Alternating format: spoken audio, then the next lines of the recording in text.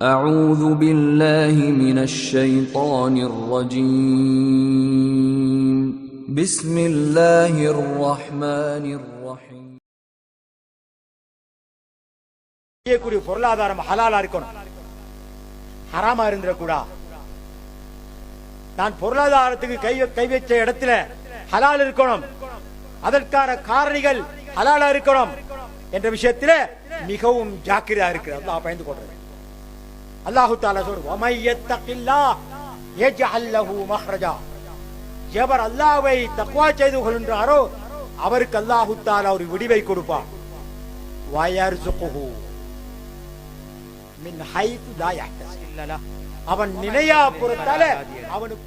வஷ்ஹது an லா இலாஹ இல்லல்லாஹ் வஹ்தஹு லா ஷரீக லஹ் வஷ்ஹது அன்ன முஹம்மதன் அப்துஹு வ ரசூலுஹு.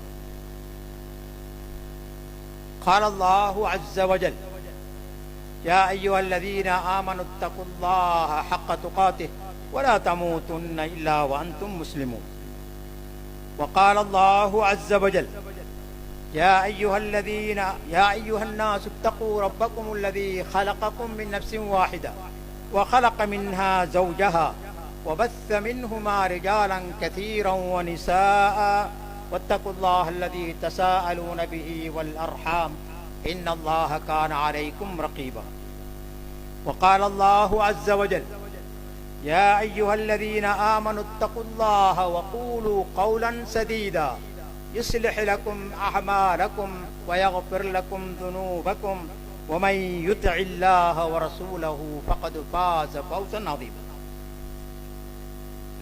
أما بعد فإن أصدق الحديث كتاب الله وخير الهدي هدي محمد صلى الله عليه وسلم وشر الأمور محدثاتها وكل محدثة بدعة وكل بدعة ضلالة. أعوذ بالله من الشيطان الرجيم.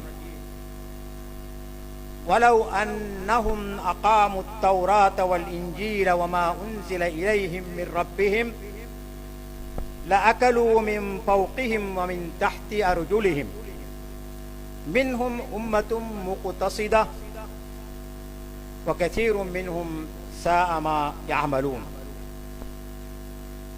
عن أنس رضي الله عنه أن رسول الله صلى الله عليه وسلم قال من أحب أن يبسط في رزقه وإن سأله في أثره فليصل رحمه. எல்லாம் அல்ல அல்லாஹு சுப்ஹானஹு தஆலாவை போற்றி புகழ்ந்து இறுதி தூதர் முஹம்மது முஸ்தபா ஸல்லல்லாஹு அலைஹி வஸல்லம் அவர்கள் மீது ஸலவாத்தும் ஸலாமும் கூறியதன் பின் ஃபர்து ஐனான ஜும்ஆ கடமை நிறைவேற்ற பள்ளியில் குழுமியிருக்கும் முஸ்லிம் சகோதரர்களே, உள்ளும் புறமும் ஒன்றாய் அல்லாஹுவை அஞ்சி தக்வா செய்து கொள்ளும்படி முதலாவதாக எனக்கும் அப்பால் உங்களுக்கும் நல்லுபதேசம் புரிகின்றேன். அறிந்து கொள்ளுங்கள், மனிதன் அல்லாஹுவை தக்வா செய்து கொள்வதில் தான் அவனது இம்மை மறுமை பற்றி தங்கியிருக்கின்றது. அல்லாஹ்வின் அடியார்களே, இறை நேசர்களே, இன்றைய குத்துபா பிரசங்கத்திலே பொருளாதார பிரச்சனைகளும் இஸ்லாம் கூறும் தீர்வுகளும் என்ற தலைப்பில் சில முக்கியமான கருத்துக்களை சுருக்கமாக உங்களுக்கு முன்வைக்கலாம் என்று கருதுகின்றேன். கண்ணியத்துக்குரிய அல்லாஹ்வின் நல்லடியார்களே, இன்று உலக மக்கள் எதிர்கொள்ளக்கூடிய பிரச்சனைகளில் மிக பெரும் பிரச்சனையாக இருந்து கொண்டிருப்பது பொருளாதார பிரச்சனை. இதை நான் சொல்லவில்லை, மாறாக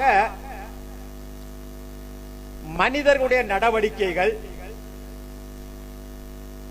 தற்போதைய நிலவரங்கள், இந்த உலகிலே பரவலாக நடந்து கொண்டிருக்கக்கூடிய மோசடிகள், களவு பொய்கள், கலப்படங்கள் என்று அடுக்கிக் கொண்டே போகலாம். உலகிலே நடந்து கொண்டிருக்கக்கூடிய இந்த நடவடிக்கைகள் மனிதன் பொருளாதார பிரச்சனைகளுக்கு முகம் கொடுத்துக் கொண்டிருக்கின்றான் என்பதை எங்களுக்கு எடுத்துக்காட்டிக் கொண்டிருக்கின்றது. நாள்தோறும் அதிகரித்து வரும் மனிதனின் தேவைகள், ஒரு மனிதனின் பொறுப்பில் இருக்கக்கூடியவர்களுடைய தேவைகள்,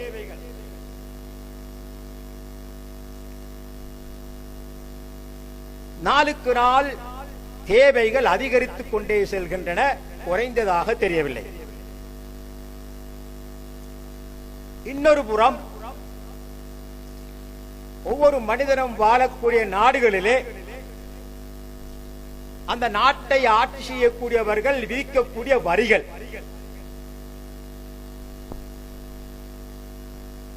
தினந்தோறும் புதிய புதிய வரிகள் மனிதனுக்கு அறிமுகப்படுத்தப்பட்டுக் கொண்டே இருக்கின்றன. இன்னொரு புறம் உலகளாவிய ரீதியில் கொடுக்கப்படக்கூடிய அச்சுறுத்தல் உணவு பற்றாக்குறை,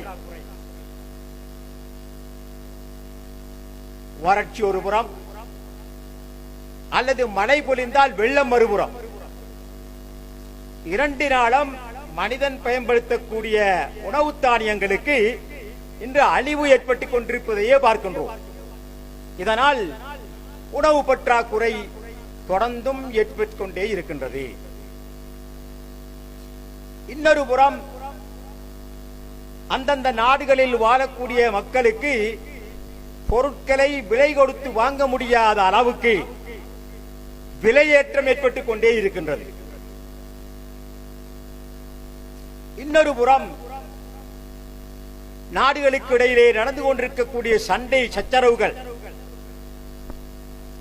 வீணாக பலிகொள்ளப்படக்கூடிய உயிர்கள், மனிதன் பயன்படுத்தக்கூடிய அத்தியாவசிய பொருட்கள்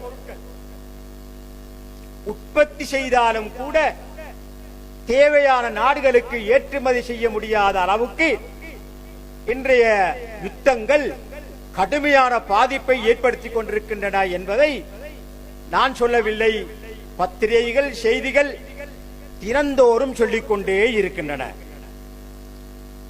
இப்படி ஏகப்பட்ட காரணிகள், இந்த காரணிகள் எல்லாம் மனிதர்கள் மத்தியிலே பொருளாதார பிரச்சனை ஏற்படுவதற்கு காரணிகளாக இருந்து கொண்டிருக்கின்றன. இன்னொரு திசையிலே நோக்கினால் வேலை இல்லாத பிரச்சனை நாளுக்கு நாள் அதிகரித்துக் கொண்டே செல்கின்றது.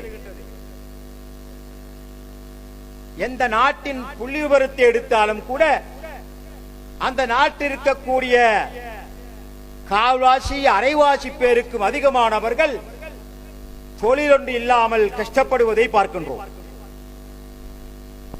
திருமணம் முடித்த கணவன்மார்கள் தனக்கு தேவையான, தனது குடும்பத்துக்கு தேவையான உணவை திரட்டுவதற்காக வேண்டி சிரமப்படுவதை பார்க்கின்றோம்.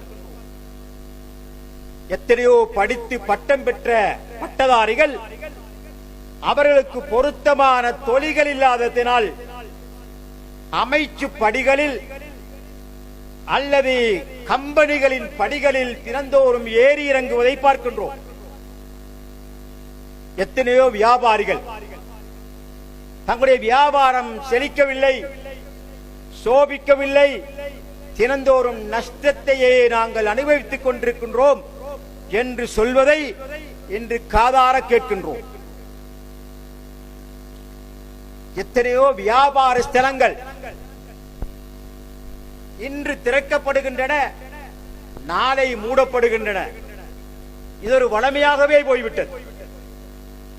இப்படி எண்ணிலடங்காத பிரச்சனைகள், இவைகள் எல்லாம் மனிதன் எதிர்நோக்கக்கூடிய பொருளாதார பிரச்சனையினால் ஏற்பட்டவை தான் என்பதை யாராலும் மறுக்க முடியாது. ஒரு நாட்டில் உற்பத்தி செய்யக்கூடிய பொருட்கள், அது உணவு தானியமாக இருக்கலாம் அல்லது ஏனைய அத்தியாவசிய பொருட்களாக இருக்கலாம், இவைகளுக்கெல்லாம் சந்தை வாய்ப்பு கிடையாது. நாம் பார்க்கின்றோம், பெரும் பெரும் சந்தைகளில் எல்லாம் மரக்கறிகள், உணவு தானியங்கள் விற்பனை இல்லாமல் அழுகி வீசப்படக்கூடிய நிலை ஏற்பட்டிருப்பதை பார்க்கின்றோம்.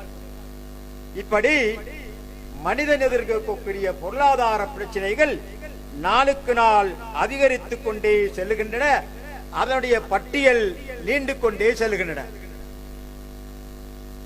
கண்ணியத்துக்குரிய அல்லாஹ்வின் நல்லடியார்களே, இது சமுதாயத்தை எந்த அளவுக்கு பாதித்திருக்கின்றது என்பது சிந்திக்கப்பட வேண்டிய விடயம். இந்த பொருளாதார பிரச்சனைகள், அதற்குரிய காரணிகள் இன்றைய உலகில் வாழக்கூடிய மனிதனை எந்த நிலைக்கு மாற்றி இருக்கின்றது, அவனை எந்த அளவு பாதிப்புக்குள்ளாக்கி இருக்கின்றது என்பதை பற்றி பார்க்கும் போது, அவன் சம்பாதிக்கக்கூடிய சம்பாத்தியம் அது ஹலாலா ஹராமா என்று பார்க்கக்கூடிய நிலையில் மனிதன் இல்லை. சுப்ஹானல்லாஹ். சமுதாயத்தை அழிக்கக்கூடிய, சமுதாயத்தை குழி தோண்டி புதைக்கக்கூடிய, சமுதாயத்தை சீரழிக்கக்கூடிய போதை வஸ்துகளை விற்றாவது தன்னுடைய வாழ்க்கையை போக்க வேண்டும், வாழ்க்கையை நடத்த வேண்டும் என்ற அளவுக்கு இன்று மனிதன் மாறி இருக்கின்றான். பொய்யை சொல்லி மக்களை ஏமாற்றுகின்றான், கலப்படம் செய்கின்றான், அளவையில் நிறுவையிலே மோசடி செய்கின்றான். இஸ்லாத்திலே முற்றும் முழுதாக ஹராமாக்கப்பட்ட வட்டியை சர்வ சாதாரணமாக இன்று மனிதன் உண்ணக்கூடிய நிலைக்கு தள்ளப்பட்டிருக்கின்றான். எந்த ஒரு அதிகாரியை எடுத்து பார்த்தாலும் கூட அவரிடத்திலே ஒரு காரியம் செய்ய வேண்டும் என்றால், அவரால் ஒரு காரியம் ஆக வேண்டும் என்றால், ரிஷ்வா கொடுக்காமல், கைலஞ்சம் கொடுக்காமல் எதையுமே செய்ய முடியாத நிலைக்கு இன்று உலகமே தள்ளப்பட்டிருக்கிறது. நிறைய பேர் இன்று களவுலே ஈடுபட்டுக் கொண்டிருக்கின்றார்கள், கொள்ளையடிக்கின்றார்கள். இப்படியெல்லாம் சமுதாயத்திலே எக்கச்சக்கமான பிரச்சனைகள் இந்த பொருளாதார பிரச்சனைகளால் ஏற்பட்டு கொண்டு தொடர்ந்தும் வளர்ந்து கொண்டிருக்கக்கூடிய காட்சியை நான் சொல்லவில்லை. பத்திரிகைகள், செய்திகள், நாங்கள் பார்க்கக்கூடிய டிவி, வானொலி போன்ற அனைத்தும் இவைகளை சொல்லிக் கொண்டிருக்கின்றன. தினந்தோறும் பத்திரிகைகளில் வரக்கூடிய செய்திகளில் அரைவாசி அதுவாகத்தான் இருக்கின்றன. நபி ஸல்லல்லாஹு அலைஹி வஸல்லம் அவர்கள் எங்களை எச்சரிக்கை செய்தார்கள், முன்னறிவிப்பு செய்தார்கள். சொன்னார்கள், يأتي على الناس زمان لا يبالي المرء ما أخذ منه أمن الحلال أمن الحرام. رواه البخاري. நபி ஸல்லல்லாஹு அலைஹி வஸல்லம் அவர்கள் முன்னறிவிப்பு செய்கின்றார்கள், எச்சரிக்கை செய்கின்றார்கள். ஒரு காலம் வரும் மனிதர்களுக்கு,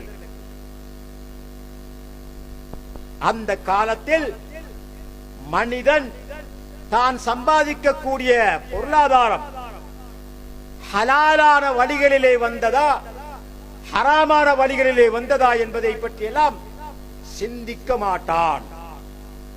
அப்படியான ஒரு காலத்தில் தான் நாங்கள் வாழ்ந்து கொண்டிருக்கின்றோமோ என்று சிந்திக்க வேண்டிய அளவுக்கு இன்றைய நிலைமை மாறியிருப்பதை நாங்கள் பார்க்கிறோம். அல்லாஹ்வின் அடியார்களே, இறைநேசர்களே, நாம் ஒன்றை ஞாபகத்தில் வைத்துக் கொள்ள வேண்டும். இந்த உடம்பு வளருவதற்கு உணவு தேவை.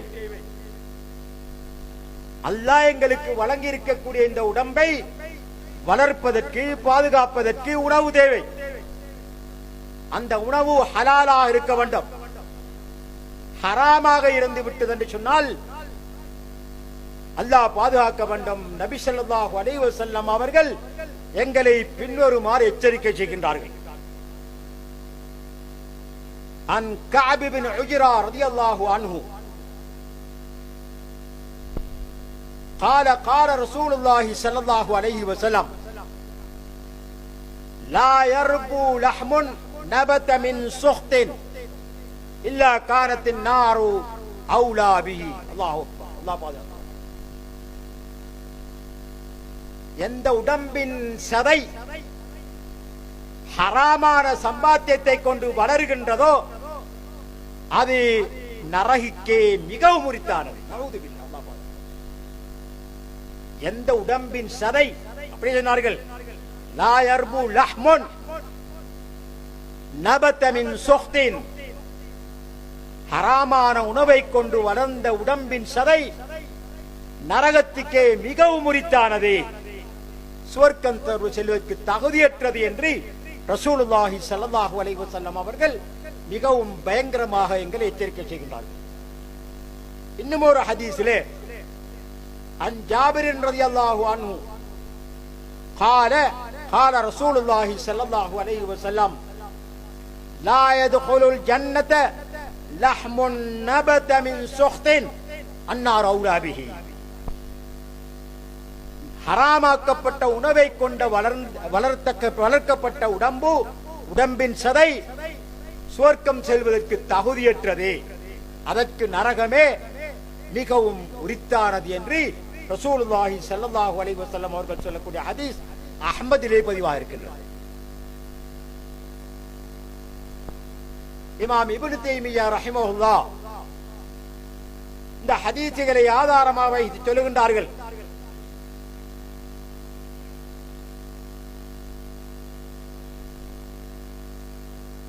அத்தாமு யுகாலித்துல் பதன், சாப்பிட்ட உணவு உடம்போடு சேர்ந்துவிடும்.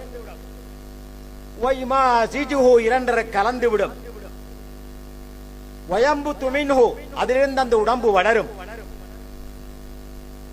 ஃபயஸீரு மாத்தன் வ உன்ஸரன் லஹு, அந்த உணவு பின்னர் இந்த உடம்பிலே ஒரு பகுதியாக மாறிவிடும்.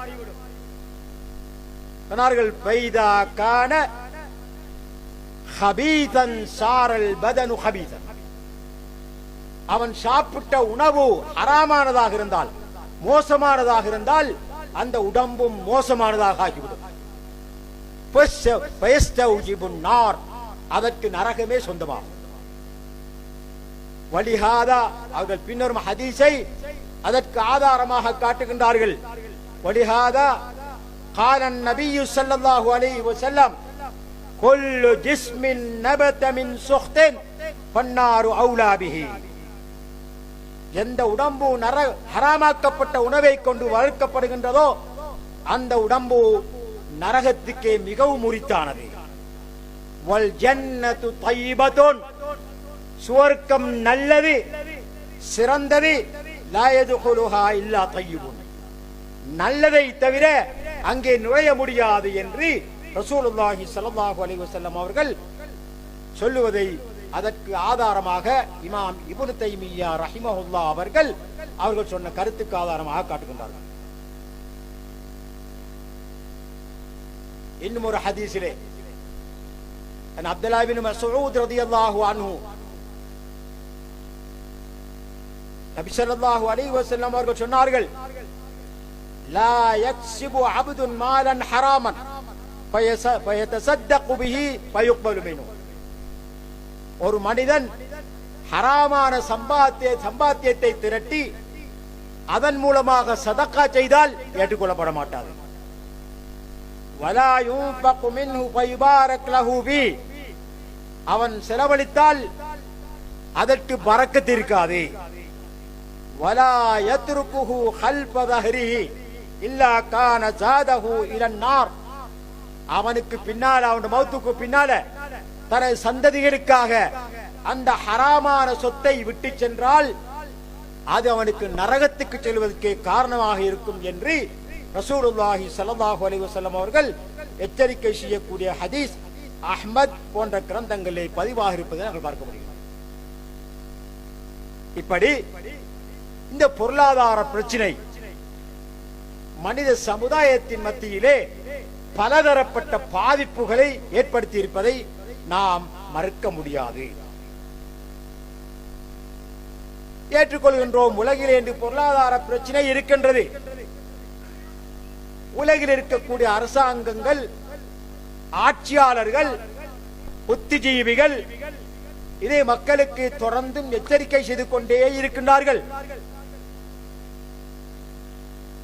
இதற்கு இஸ்லாம் விடிவை காட்டவில்லையா?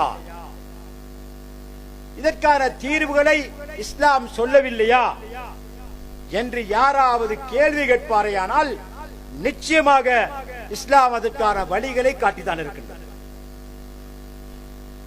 மிக தெளிவான தீர்வுகளை, பொருளாதார பிரச்சனையை தீர்ப்பதற்கான தீர்வுகளை இஸ்லாம் எங்களுக்கு முன்வைத்திருக்கின்றது என்பதில் எந்த விதமான சந்தேகமும் இல்லை.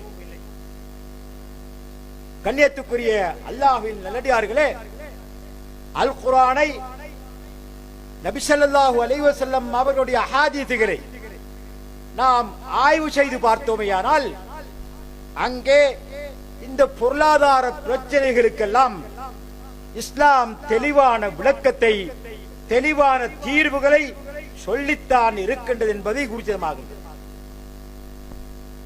எனவே இஸ்லாம் 2 அடிப்படைகளை எங்களுக்கு சொல்லுகின்றது.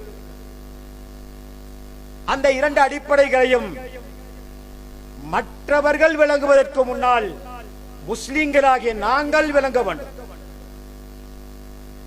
அப்படி விளங்கினோமையானால் நிச்சயமாக அது எங்களுக்கு நிறைய பிரயோசனத்தை தரும். முதலாவதாக நாம் உறுதியாக ஈமான் கொள்ள வேண்டும், உறுதியாக நம்ப வேண்டும். உணவளிப்பவன் அல்லாஹ், அவன்தான் ரஸாக் என்ற நம்பிக்கை எங்களுடைய உள்ளத்திலே முதலாவதாக வர வேண்டும். முதலாவது அடிப்படை, உணவளிப்பவன் அல்லாஹ், தன்னுடைய படைப்பினங்களுக்கான உணவை பொறுப்பேற்றுக் கொண்டிருக்கிறான் என்ற நம்பிக்கை ஒவ்வொரு முஸ்லிமுடைய உள்ளத்திலும் கண்டிப்பாக வர வேண்டும். அல்லாஹ் தஆலா அல் குர்ஆனிலே பற்றி சொல்லும் போது, வமா ஹலக்துல் ஜின்ன வல் இன்ஸ இல்லா லியஅபுதூன் மா உரீது மின்ஹும் மிர் ரிஸ்கின் வமா உரீது அன் யுத்இமூன் இன்னல்லாஹ ஹுவர் ரஸாகு துல் குவத்தில் மதீன்.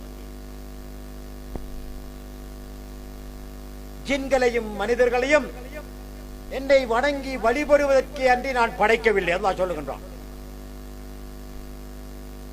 ஜின்கள் மனிதர்கள் படைக்கப்பட்ட முக்கிய நோக்கம் அல்லாஹ்வை வணங்கி வழிபட வேண்டாம். அல்லாஹ்வுக்கு வேற நோக்கம் கிடையாது. சொல்லி போட்டது மா உரீது மின்ஹும் மிர் ரிஸ்க், அவர்களிடத்திலிருந்து எந்த ஒரு வாழ்வாதாரத்தையும் நான் எதிர்பார்க்கவில்லை. வமா உரீது அன் யுத்இமூன், அவர்கள் உணவளிப்பதையும் நான் எதிர்பார்க்கவில்லை. ஏன்? இன்னல்லாஹ ஹுவர் ரஸாக் துல் குவத்தில் மதீன், நிச்சயமாக அல்லாஹ்தான் அதிகமாக ரஸாக், அதிகமாக உணவளிப்பவன், அவன் மிகவும் பலசாலி, உறுதியானவன் என்று அல்லாஹ் சுப்ஹானஹு வ தஆலா தன்னுடைய அதிகாரத்தை, தன்னுடைய நிலையை, தன்னுடைய ஆற்றலை அல்லாஹ் சுப்ஹானஹு வ தஆலா அதை படைப்பினங்களுக்கு தெளிவுபடுத்துகின்றான். இதே போல இந்த துனியாவிலே எந்த ஒரு படைப்பும் கிடையாது. அவனுடைய வாழ்வாதாரத்தை, அவனுடைய உணவை, அதற்கு தேவையானதை அல்லாஹு தஆலா பொறுப்பேற்காம். அல்லாஹு தஆலா அல் குர்ஆனிலே இவ்வாறு சொல்லுகின்றான், வமா மின் தாப்பத்தின் ஃபில் அர்தி இல்லா அலல்லாஹி ரிஸ்குஹா, இந்த பூமியில நடமாடக்கூடிய எந்த உயிரினமும் கிடையாது. மனிதன் மட்டுமல்ல, ஜின்கள் மட்டுமல்ல, நடமாடக்கூடிய எந்த ஒரு ஜீவனாக இருந்தாலும் கூட அதற்குரிய உணவை, அதற்குரிய வாழ்வாதாரத்தை அல்லாஹு தஆலா பொறுப்பேற்காமல் இல்லை. இல்லா அலல்லாஹி ரிஸ்குஹா, அல்லாஹ்வுக்கு பொறுப்பு.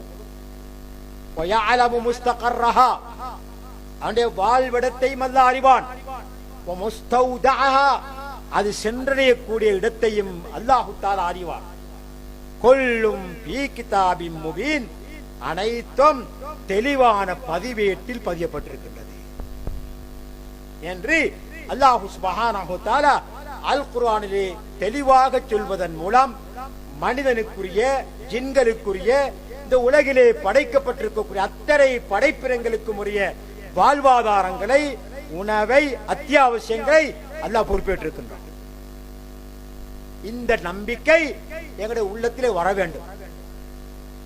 இதனால் தான் முஸ்லிமிலே பதிவாக இருக்கக்கூடிய ஹதீஸிலே ரசூலுல்லாஹி ஸல்லல்லாஹு அலைஹி வஸல்லம் அவர்கள் பின்வருமாறு சொல்லுகின்றார்கள், உங்களில் ஒருவர் தன்னுடைய தாய் வயிற்றிலே 40 நாட்களுக்கு நுத்ஃபா இந்திரிய துளியாக இருப்பார். அந்த 40 நாட்கள் முடிந்த பிறகு இன்னும் 40 நாட்களுக்கு அலகாவாக இருப்பார். ஒட்டி கொண்டிருக்கக்கூடிய அட்டை போன்றிருப்பார். அது முடிந்த பிறகு இன்னும் 40 நாட்களுக்கு முதுகா தசைப்பிண்டமாக இருப்பார். இந்த 3 கட்டங்களும் கழிந்த பிறகு கிட்டத்தட்ட 4 மாசம் 40 40 40 3 12 120 நாட்கள். இந்த 4 மாதம் முடிந்த பிறகு அல்லாஹு தஆலா ஒரு மலக்கை அனுப்புகின்றான். அவர் அந்த தாய் வயிற்றில் இருக்கக்கூடிய சிசுவுக்கு உயிர் ஊதுகின்றார். பின்னர் 4 விஷயங்களை பதிவு செய்கின்றார். ஒன்று, முதலாவதாக பதிவது யுக்தபு ரிஸ்குஹு, அவருடைய ரிஸ்க் என்னது பதியப்பட்டு தாய் வயிற்றில் இருக்கும் போது 4 மாசம் முடிந்த பிறகு முதலாவது பதியப்பட்டது ரிஸ்குஹு. இரண்டாவதாக அஜலுஹு, எவ்வளவு காலம் வாழ்வார். மூன்றாவதாக அமலுஹு, உலகத்தில் வாழும் போது என்ன செய்வார். நான்காவதாக ஷகியுன் அவு சயீத், பாக்கியசாலியா அபாக்கியசாலியா பதியப்பட்டு இந்த 4 பதியப்பட்டு. இதுக்கு மாற்றமாக எதுவுமே நடக்காது என்பதை அந்த ஹதீஸின் கடைசி பகுதி சொல்லிக் கொண்டிருக்கிறது. அப்ப ஒரு மனிதனுடைய உணவு, அவனுக்கு இந்த உலகத்தில் வாழ்வதற்கு தேவையான வாழ்வாதாரம் தன்னுடைய தாய் வயிற்றில் இருக்கும் போதே அல்லாஹு தஆலாவினால் பதியப்படுது. இதற்கு மேலதிகமாக எந்த மனிதனும் தலைகீழாக நின்றாலும் அதிகமாக பெற்றுக் கொள்ள முடியாது. இது அல்லாஹ்வுடைய நியதி. இந்த ஈமான், இந்த நம்பிக்கை எங்களுடைய ஒவ்வொருடைய உள்ளத்தையும் தொட வேண்டும். இதான் முதலாவது அடிப்படை. இந்த முதலாவது அடிப்படை சரியாக விளங்கி நம்பிக்கை கொண்டோமையானால் பொருளாதார பிரச்சனை சர்வ சாதாரணமாக நீங்கிவிடும்.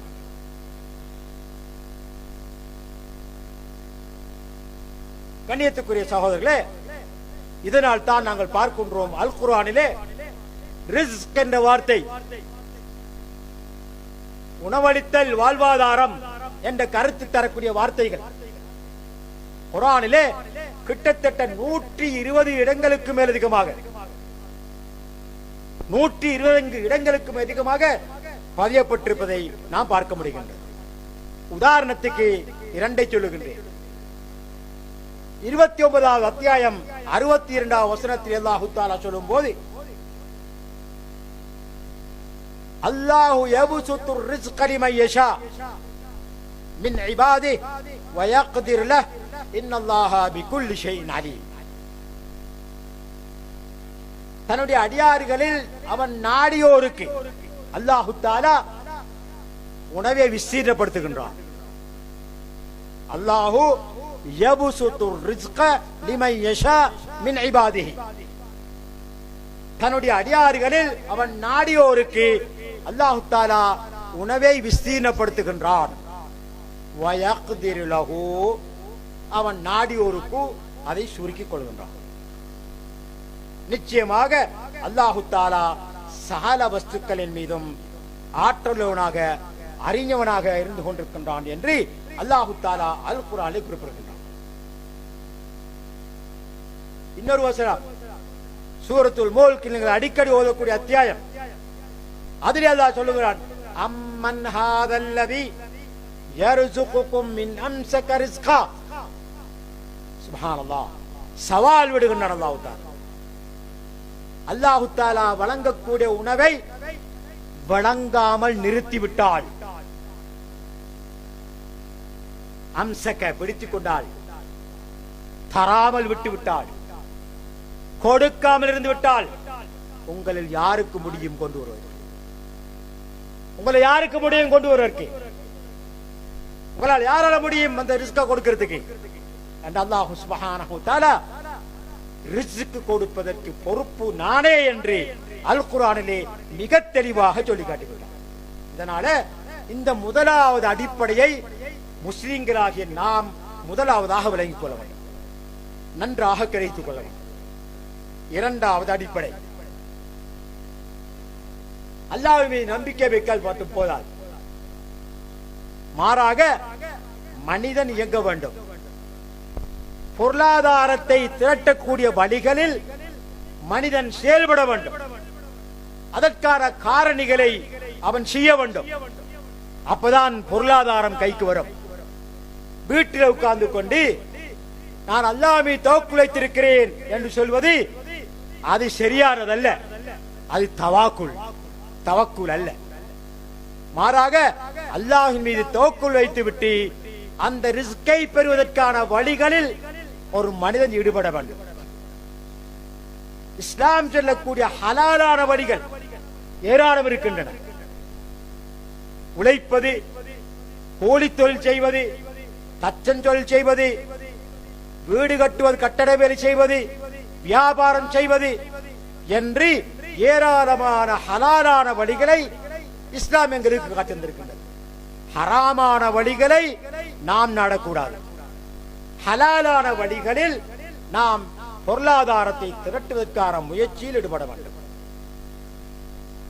ஏனென்று சொன்னால் இந்த உலகம் காரண காரியம் இல்லாமல் இயங்காது. அல்லாஹு தஆலா உணவை பொறுப்பேற்றுக் கொண்டாலும் கூட, வாழ்வாதாரங்களை எங்களுக்கு தருவதாக வாக்களித்தாலும் கூட, இந்த மனிதன் இயங்க வேண்டும், இந்த உலகம் இயங்க வேண்டும். இயங்கினால் தான் அது வரும், இல்லாட்டி வராது. காரணங்கள் என்று இந்த உலகம் இயங்காது. உதாரணமாக பசிக்குது என்று சொல்லிக் கொண்டிருந்தால் பசி போகாது. அதை போக்கக்கூடிய காரணம் என்ன? உணவை சாப்பிட வேண்டும், பசி போயிடும். சுகைனமா இருக்குது, எனக்கு சுகைனம் சொன்னால் குணமாகாது. மாறாக அதற்கான வைத்தியத்தை செய்ய வேண்டும், நோய் குணமாகும். கல்வி அறிவு தேவை. நான் அறிவை தேடணும் சொல்லிக்கொண்டு அறிவு வராதே. அதற்காக முயற்சி எடுக்க வேண்டும். அதற்காக இரவு பகலாக கஷ்டப்பட வேண்டும். விழித்திருந்து தனித்திருந்து கல்வியை தேட வேண்டும். அப்பதான் கல்வி வரும். இப்படி எந்த விஷயத்தை எடுத்துக்கொண்டாலும் கூட அதற்குரிய காரணியை செய்தால்தான் அதை நாம் பெற்றுக்கொள்ள முடியும். இப்படி இல்லாமல் உலகம் இயங்காது. இதே போலதான் ஒரு மனிதன் தன்னுடைய வாழ்வாதாரத்தை பெற்றுக் கொள்ள வேண்டும் என்றால் அதற்கான காரணிகளை செய்ய வேண்டும், அதற்காக உழைக்க வேண்டும். இது இரண்டாவது அடிப்படை. கண்ணியத்துக்குரிய சகோதரர்களே, ஒரு உண்மையை நாங்கள் தெரிந்து கொள்ள வேண்டும். காரிய காரணங்கள் இருந்தால் மட்டும்தான் அல்லாஹ்வால் உணவளிக்க முடியுமா? அதற்கு அப்பாற்பட்டு அல்லாஹ்வுக்கு உணவளிக்க முடியுமா? அல்லாஹு தஆலா சகல ஆற்றலும் உள்ளவன். அவனுக்கு காரணிகள் இருந்தால் தான் எல்லாம் இயங்கும் என்பதில்லை. மாறாக அதுக்கு அப்பாற்பட்டும் அல்லாஹு தஆலா இந்த உலகத்தை இயக்கக்கூடியவன், உணவளிக்கக்கூடியவன். உதாரணமாக ஆதம் அலைஹிஸ்ஸலாம் அவர்களை அல்லாஹு தஆலா படைத்தான். அவருடைய துணைவி ஹவ்வா அலைஹிஸ்ஸலாம் அவர்களை படைத்தான். என்ன சொன்னான்? யா ஆதம் உஸ்குன் அன்த வ ஸௌஜுகல் ஜன்னah வகுலா மின்ஹா ரகதன் ஹைது ஷீதுமா வலா தக்ரபா ஹாதிஹி ஷஜரா. அங்க எந்த உழைப்பும் கிடையாது, வேர்வை சிந்த தேவையில்லை, கஷ்டப்பட தேவையில்லை. அல்லாஹு தஆலா அந்த சுவர்க்கத்தில் அவர்களுக்கு தாராளமாக உணவை கொடுத்திருந்தார். தாராளமாக சாப்பிடும் என்று அல்லாஹு தஆலா அவர்களை படைத்தார். அல்லாஹ்வுக்கு முடியும். பனு இஸ்ரவேலர்கள் அல்லாஹ்வுடைய கட்டளைக்கு மாறு செய்த போது பாலைவனத்திலே சீரழிக்கப்பட்டார்கள். தீ என்ற பாலைவனத்திலே சீரழிக்கப்பட்டார்கள். அப்போது அவர்கள் மீது இரக்கம் கொண்ட ரப்புல் ஆலமீன் அவர்களுக்கு வானத்திலிருந்து மண்ணு செல்வா என்ற மிக சிறப்பான உணவை இறக்கி கொடுத்தார். அல்லாஹ்வுக்கு முடியும். உழைப்பில்லாமல் கஷ்டமில்லாமல் உண்ணக்கூடிய அளவுக்கு உணவை வானத்திலிருந்து இறக்கி கொடுத்தார். ஈசா அலைஹிஸ்ஸலாமுடைய தாயா மரியம் அலைஹிஸ்ஸலாம் அவர்கள் அவருடைய சிறு பிராயத்தில் அவர்களை பராமரிக்கும் பொறுப்பை ஜக்கரியா அலைஹிஸ்ஸலாம் அவர்கள் பொறுப்பேற்கின்றார்கள். அவர்கள் ஒரு நபி. அவர்கள் மரியம் அலைஹிஸ்ஸலாம் அவர்களுக்கு தேவையான உணவை, அவருக்கு தேவையான அத்தனை வாழ்வாதாரங்களை வழங்கி வந்தார்கள். இவர்கள் உணவை எடுத்துக்கொண்டு போவாங்க. அங்க மரியம் அலைஹிஸ்ஸலாம் சாப்பிட்டு கொண்டிருப்பாங்க. ஆச்சரியப்படுறாங்க. இப்பதான் நான் உணவு கொண்டு வரேன், நீங்க சாப்பிடுறீங்களே, அண்ணா ஹாதா, மரியமே இது உனக்கு எங்கால என்று ஆச்சரியத்தோடு ஜக்கரியா அலைஹிஸ்ஸலாம் அவர்கள் மரியம் அலைஹிஸ்ஸலாம் அவர்களை கேட்கின்றார்கள். அப்போது அவர்கள் சொல்லுகின்றார்கள், காலத் ஹுவ மின் இந்தில்லாஹ், எந்த உழைப்பும் இல்லாமல் எந்த கஷ்டமும் இல்லாமல் இது எனக்கு அல்லாஹ் வழங்கியது. இன்னல்லாஹ யர்சுகு மன் யஷா பிகைரி ஹிசாப், நிச்சயமாக அல்லாஹ் தான் நாடியோருக்கு அளவின்றியே உணவு வழங்குவார். ரசூலுல்லாஹி ஸல்லல்லாஹு அலைஹி வஸல்லம் அவர்கள் விசால் செய்தார்கள். அவர் என்றா 2-3 நோன்புகளை தொடர்ந்து பிடிப்பார்கள். நோன்பு திறக்கிற நேரம் வந்தால் நோன்பு திறக்க மாட்டார்கள். சஹருடைய நேரம் வந்தால் சஹர் சாப்பிட மாட்டார்கள். தொடர்வாளி 2வது நோன்பு. 3வது நாள் மக்ரிப் ஆயிட்டா நோன்பு திறக்க மாட்டார்கள். சஹரானா சாப்பிட மாட்டார்கள். தொடர்ந்து இப்படி 2-3 நோன்புகளை நபி ஸல்லல்லாஹு அலைஹி வஸல்லம் அவர்கள் தொடர்ந்து பிடிப்பார்கள். சஹாபாக்கள் பார்க்கிறாங்க அவனோட வளமை, ரசூலுல்லாஹ் ஏதாவது செய்ய கண்டா அவங்களும் செய்வாங்க. அவர்களும் விசால் செய்ய தொடங்கி விட்டார்கள். கேள்விப்பட்டாங்க, ரசூலுல்லாஹ் ஏன் விசால் செய்கிறீர்கள்? யார் சார் நீங்க செய்றீங்க, அதான் செஞ்சோம். நீங்க செய்றீங்க, நாங்களும் செஞ்சோம். அப்போது ரசூலுல்லாஹி ஸல்லல்லாஹு அலைஹி வஸல்லம் அவர்கள் அந்த சஹாபாக்களுக்கு சொல்லுகின்றார்கள், இன்னி அபீது இன்னி லஸ்து கஹையதிகும் இன்னி அபீது யுத்இமுனி ரப்பி வயஸ்கீனி. புகாரியிலே இந்த ஹதீஸ் பதிவா இருக்கு. நான் உங்களுடைய தோட்டத்தில் இல்லை, நான் இரவை கழிக்கின்றேன்.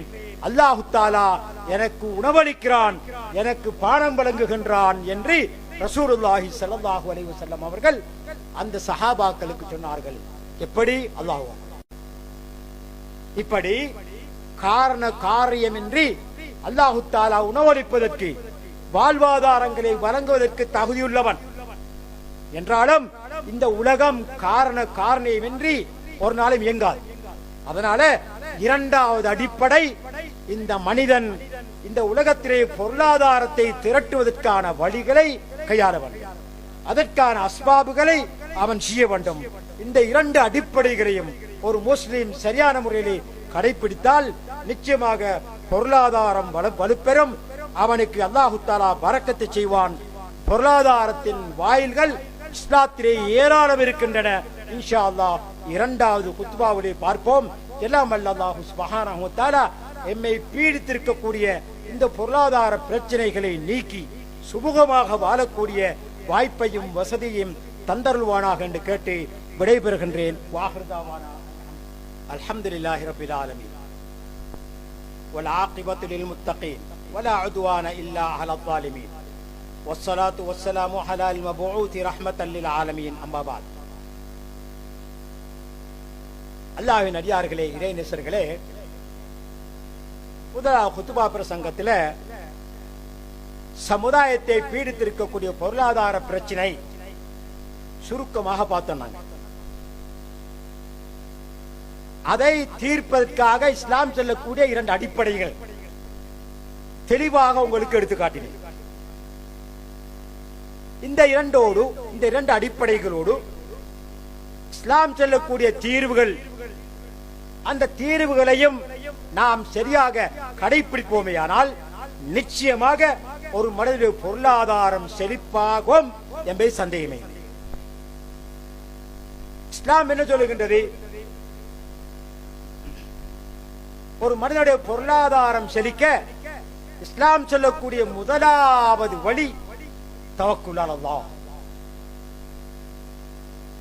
படைத்த ரப்பின் மீது பொறுப்பு சாட்டு.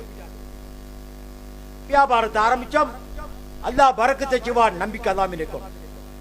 ஒரு தொழிலுக்கு இறங்கினோம், அல்லாஹ் தஆலா பரக்கத் செய்வான் என்று போட்டு நம்பிக்கை வைக்கணும். ஒரு கொடுக்கல் வாங்கல் செய்தோம், அதுல அல்லாஹ் தஆலா பரக்கத்தை செய்வான் என்று அல்லாஹ் மீது தவக்குல் வைக்கணும். எங்களுடைய நம்பிக்கையின் மீது, எங்களுடைய திறமையின் மீது, எங்களுடைய ஆற்றல் மீது ஒரு நாளும் நான் நம்பிக்கை வைத்துவிடக் கூடாது. பாருங்க, இப்னு மாஜா, அஹ்மத் போன்ற கிரந்தங்களில் பதிவாக இருக்கக்கூடிய ஒரு ஹதீஸிலே உமர் ரலியல்லாஹு அன்ஹு அவர்கள் சொல்லுகின்றார்கள், சமிஅத்து ரசூல் ஸல்லல்லாஹு அலைஹி வஸல்லம் அவர்கள் சொல்வதை நான் செய்மடுத்தேன். லவ் அன்னகும் ததவக்கலூன அலல்லாஹி ஹக்க தவக்குல், சத்தியமாக நிச்சயமாக உறுதியான முறையிலே அல்லாஹ்வின் மீது உங்கள் தவக்குல் வைப்பாரையானால் லரஸககும் கமா யர்ஸுகுத் தைர், பறவைக்கு உணவளிப்பது போல அல்லாஹ் உங்களுக்கு உணவளிப்பார். தகுது ஹிமாசன் வதரூஹு பிதாரன், காலையில விடிய காலையில கூட்ட விட்டு வெளியேறும் போது வயிறு காலி பசியா போகுது, திரும்பி மாலையில கூட்டை வந்து அடையும் போது வயிறு நிரம்பி சந்தோஷமா வருது. இப்படி அந்த பறவைகளுக்கு உணவளிப்பது போல எந்த மனிதன் அல்லாஹ்வின் மீது தவக்குல் வைக்கின்றானோ அவனுக்கு உணவளிப்பான் என்று ரசூலுல்லாஹி ஸல்லல்லாஹு அலைஹி வஸல்லம் அவர்கள் சொல்வதன் மூலம் ஒரு முஸ்லிமுடைய முதலாவது கடமை இரண்டு அடிப்படைகளோடு அல்லாஹ்வின் மீது தவக்குல் வைக்கிறது. இரண்டாவதாக தக்வல்லாஹ், அல்லாஹ்வுடைய அச்சம். தான் செய்யக்கூடிய பொருளாதாரம் ஹலாலா இருக்கணும், ஹராமா இருந்துடக்கூடாது. நான் பொருளாதாரத்துக்கு கை வச்ச இடத்துல ஹலால் இருக்கணும், அதற்கான காரணிகள் ஹலாலா இருக்கணும் என்ற விஷயத்தில் மிகவும் ஜாக்கிரதையா இருக்கிறது. அல்லாஹ் பயந்து கொள்றது. அல்லாஹு தஆலா சொல்றார், வமை யத்தகில்லாஹ் யஜ்அல் லஹு மக்ரஜா, எவர் அல்லாஹ்வை தக்வா செய்து கொள்கின்றாரோ அவருக்கு அல்லாஹு தஆலா ஒரு விடிவை கொடுப்பான். வயர்ஸுகுஹு மின் ஹைது லா யஹ்தஸிப், அவன் நினையா புறத்தால அவனுக்கு உணவளிப்பான் என்று அல்லாஹு சுப்ஹானஹு வ தஆலா அல் குர்ஆனிலே கூறுவதன் மூலம் இரண்டாவதாக நாங்கள் அல்லாஹ்வை தக்வா செய்து கொள்ள வேண்டும். மூன்றாவதாக தொழுகையை நிலைநாட்டுவது. கண்ணியத்துக்குரிய சகோதரர்களே, எம்மில் அதிகமான இளைஞர்கள் தொழுகையின் பக்கம் இல்லை. அதிகமான இளைஞர்கள் தங்களுடைய நேரங்களை, காலங்களை அனாவசியமாக வீணாக கழித்துக் கொண்டிருக்கின்றார்கள். 5 நேரம் தொழக்கூடிய தொழுகைக்கு பள்ளிவாசலுக்கு வருவதும் இல்லை அல்லது வீட்டில் தொழுவதும் இல்லை. எப்படி பொருளாதாரம் செழிக்க முடியும்? அல்லாஹு தஆலா சொல்லுகின்றான், வஅமுர் அஹ்லக வஸ்தபிர் அலைஹா, நபியே நீர் தொழுகையை கொண்டு உமது குடும்பத்தை ஏவுவீராக, அதிலே பொறுமை செய்வீராக. லா நஸ்அலுக ரிஸ்கா, உம்மிடத்தில் உணவை நாம் கேட்க மாட்டோம். வல நஹ்னு நர்ஸுகுக, நாங்கள் உங்களுக்கு உணவளிப்போம். அப்ப தொழுகையை நிலைநாட்டுவது அல்லாஹு தஆலா எங்களுக்கு ரிஸ்கை விசீர்ணப்படுத்தக்கூடிய ஒரு காரணியாக இருந்து கொண்டிருக்கிறது என்பதை நாம் புரிந்து கொள்ள வேண்டும். வல் ஆகிபத்து லித்தக்வா, நல்ல முடிவு தக்வாவுக்கே உள்ளது. நான்காவதாக லுஸூமுல் இஸ்திக்பார், இஸ்திக்பாரை அதிகரித்துக் கொள்வது. அஸ்தக்பிருல்லாஹ் அஸ்தக்பிருல்லாஹ் அஸ்தக்பிருல்லாஹ் அஸ்தக்பிருல்லாஹ் அல்லதி லா இலாஹ இல்லா ஹுவல் ஹய்யுல் கய்யூம் வ அதூபு இலைஹ் அஸ்தக்பிருல்லாஹல் அஸீம் என்று இஸ்திக்பார் செய்வதை நான் ஒவ்வொரு தினமும் தன்னால் முடிந்த மட்டும் அதிகரித்துக் கொள்கிறேன். நபி ஸல்லல்லாஹு அலைஹி வஸல்லம் அவர்கள் முன்பின் பாவம் மன்னிக்கப்பட்டவர்கள் தினந்தோறும் ஒரு நாளைக்கு 70 to 100 விடுத்தம் வரைக்கும் இஸ்திக்பார் செய்வார். அதனால இந்த இஸ்திக்பார் அதிகப்படுத்தும். இந்த இஸ்திக்பாரை பற்றி அல் குர்ஆனிலே 21வது அத்தியாயத்திலே அல்லாஹ் தஆலா இப்படி சொல்லுகின்றான், ஃபகுல் துஸ்தக்பிரு ரப்பக்கும் இன்னஹு கான கஃபாரா. நூஹ் அலைஹிஸ்ஸலாம் அவருடைய சமுதாயத்தை பீடித்திருக்கக்கூடிய பொருளாதார பிரச்சனை, மழை இல்ல, எல்லாம் காஞ்சி வறண்டு போச்சு, ஆறுகள் வற்றிவிட்டன, நீர்நிலைகள் வற்றிவிட்டன, பச்சை பசேல் என்ற தோட்டங்கள் எல்லாம் காய்ந்து விட்டன. இப்படியான ஒரு சூழலில் அந்த சமுதாயத்தை பார்த்து நூஹ் அலைஹிஸ்ஸலாம் அவர்கள் சொல்லுகின்றார்கள், இறைவா நான் அவர்களுக்கு சொன்னேன், ஃபகுல்த் இஸ்தக்ஃபிரு ரப்பக்கும், உங்களுடைய இறைவனிடத்திலே இஸ்திக்பார் செய்யுங்கள், மன்னிப்பு கோருங்கள். இன்னஹு கான கஃபாரா, நிச்சயமாக அவன் அதிகமாக மன்னிக்கக்கூடியவன். யூரிசிலிஸ் ஸமாஅ அலைக்கும் மித்ராரா, தடைப்பட்டிருக்கக்கூடிய மழையை தொடர்ந்து உங்களுக்கு வருஷிக்க செய்வான். வயம்திதுக்கும் பிஅம்வால் வபனீன், உங்களுக்கு செல்வத்தையும் தந்து ஆண் பிள்ளைகளையும் தந்து உங்களை பலப்படுத்துவான்.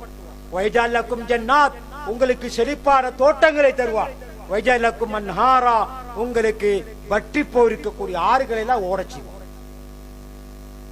இஸ்திக்பார் அல்லாஹு தஆலா ரசூல் ஸல்லல்லாஹு அலைஹி வஸல்லம் அவர்களுக்கு அவருடைய சமுதாயத்துக்கு கொடுத்திருக்கக்கூடிய 2 பாதுகாப்புகள். ஒன்று, ஒரு பாதுகாப்பு போயிட்டு ரசூலோட வஃபாத்தோட முடிஞ்சு போச்சு. ரசூலா இருக்கும் வரைக்கும் அந்த சமூகத்துக்கு பாதுகாப்பு இருந்துச்சு. அவங்க வஃபாத்தானதுக்கு பிறகு இன்னொரு பாதுகாப்பு இருக்குது. அது என்னது? இஸ்திக்பார். எந்த சமூகம் அல்லாஹ்விடத்திலே இஸ்திக்பார் செய்வதை அதிகப்படுத்துகின்றதோ அந்த சமூகத்துக்கு அல்லாஹ் சுப்ஹானஹு வ தஆலாவுடைய பாதுகாப்பு இருக்குது. அதனால எங்களுடைய பொருளாதாரம் செழிக்க வேண்டும் என்று சொன்னால் இஸ்திக்பார் செய்வதை அதிகப்படுத்திக் கொள்ள வேண்டும். 5வதாக சிலத்துர் ரஹீம், உறவை சேர்ந்து கொள்வது, குடும்பத்தை இணைத்துக் கொள்வது, குடும்பத்தை பிரிப்பதல்ல. சின்ன சின்ன காரணங்களுக்காகவெல்லாம் இந்த குடும்பத்தை பிரிந்து வாழுகின்றோம்.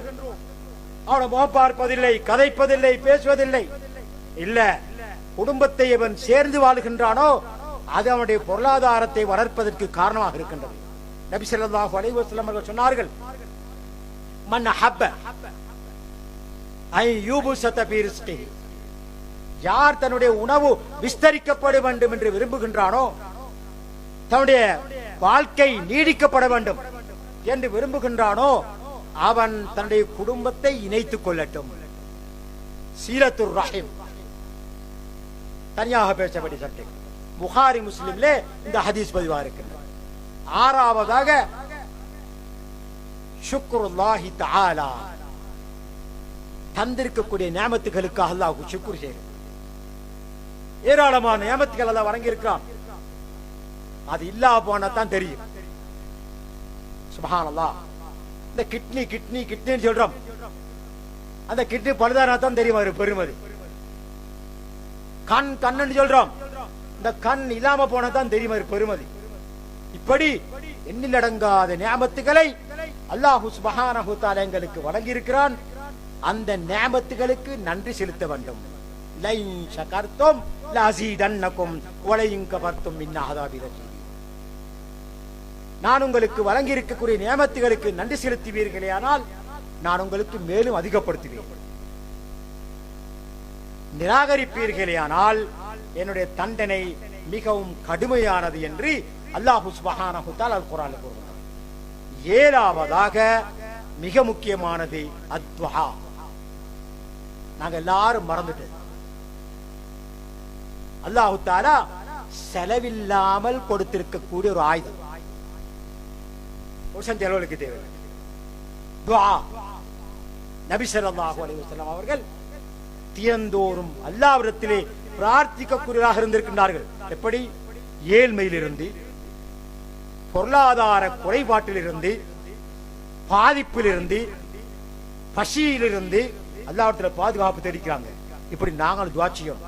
பாருங்க, ரசூல் ஸல்லல்லாஹு அலைஹி வஸல்லம் அவர்கள் பசியிலிருந்து, ஏழ்மையிலிருந்து, கில்லா என்று சொல்லக்கூடிய குறைபாட்டிலிருந்து அல்லாஹ்விடத்தில் பிரார்த்தித்திருக்கின்றார்கள். எனவே நாங்கள் பிரார்த்திக்க வேண்டும். நிறைய துஆக்கள் இருக்கு, நீண்ட துஆக்கள். அதாவது வசீலாவோடு சேர்ந்த துஆ. அல்லாஹும்ம ரப்பஸ் ஸமாவாதி ஸப வ ரப்பல் அர்ஷில் அதீம் வ ரப்பனா என்று வரக்கூடிய வசீலாவோடு சேர்த்த துஆ.